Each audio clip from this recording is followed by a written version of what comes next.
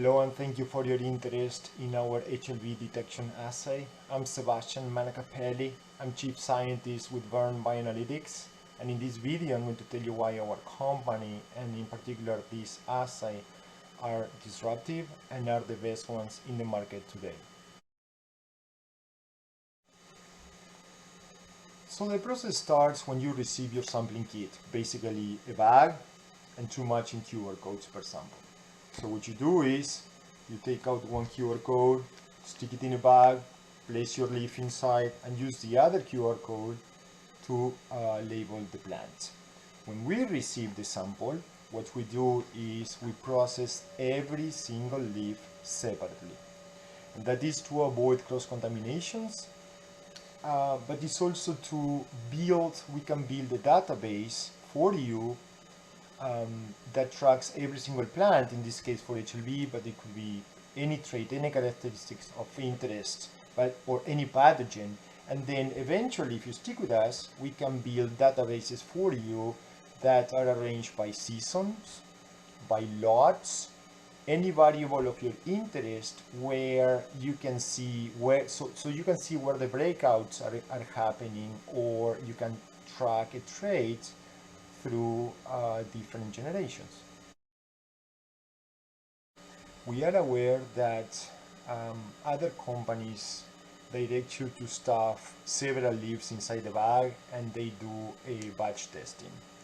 Now, our question for you is it worth?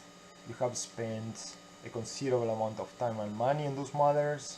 Is it worth not having individual plant results for something like HLV, for a pathogen? So what do? You get a positive result for 10 plants, a batch of 10 plants. Do you go back, send again another batch, a smaller batch, and you start going back and forth until you detect which one is the one that is infected? It doesn't make sense time-wise, and it doesn't make sense in many other for many other reasons. For example, through your breeding, you could realize if you have data over time that some of your crosses are more resistant to a particular pathogen, in this case HLV, than others. So you can tap on that kind of information.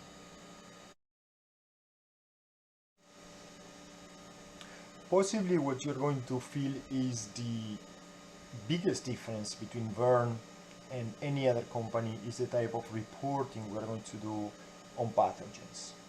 So the question is the same to have 5 viroid particles per plant or 5 billion viroid particles per plant? I would say it's not.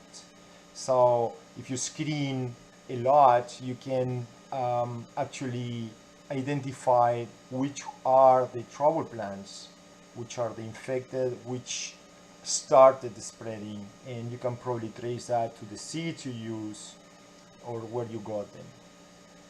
So when you get a yes or no qualitative data, you got nothing. You got nothing to know how much of that infection you got in any of those plants. And second, most times the threshold of detection is not reported.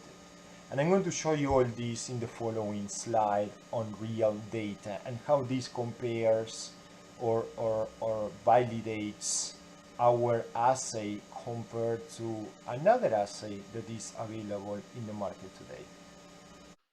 What you have here is a data set we built on HLV detection during our R&D. Most of these samples come from plants that look sick, so not surprisingly, they score positive for the presence of the viroid.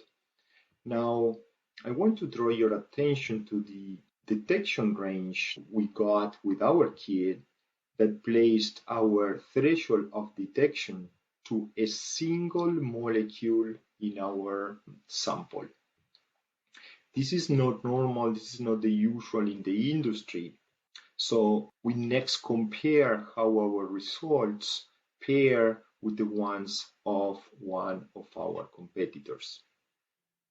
Now, to better do a comparison, what we did was to pick a couple of samples from up here, a couple in the middle, and a couple from down here.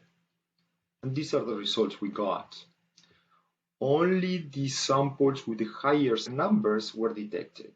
And after reading the fine print and doing some math, we realized their threshold of detection is about 150,000 viral particles.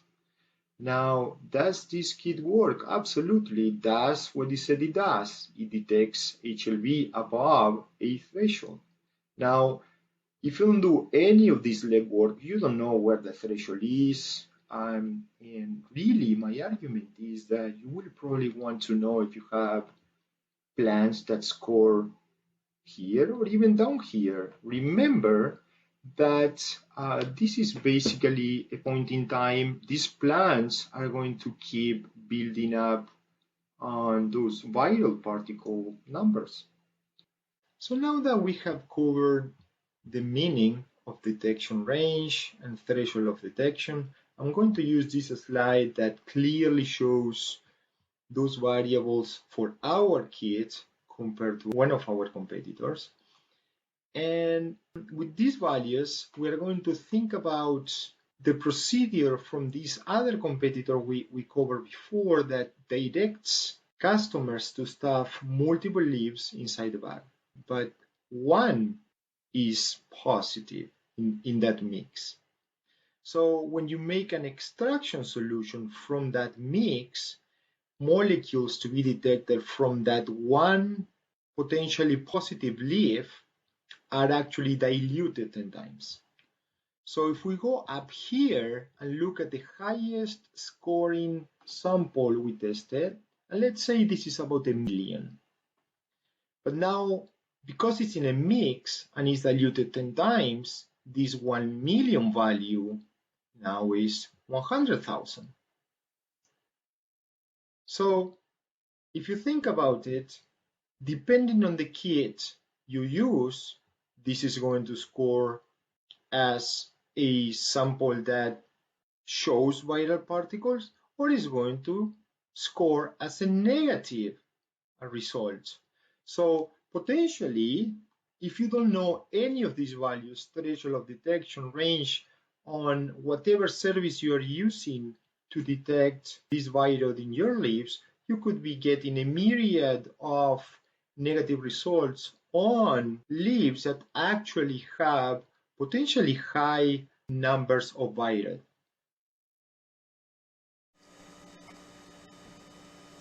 I want to thank you again for your interest in our HLV test, and I want to let you know that we are a young company, but we are eager to work with you to fit your needs, and therefore we want to hear your problems, your thoughts, and if we can help in any way, please let us know. We are open to customizations, and that is doing several tests on the same sample, or even developing a particular test of interest that fits your needs. Have a great day.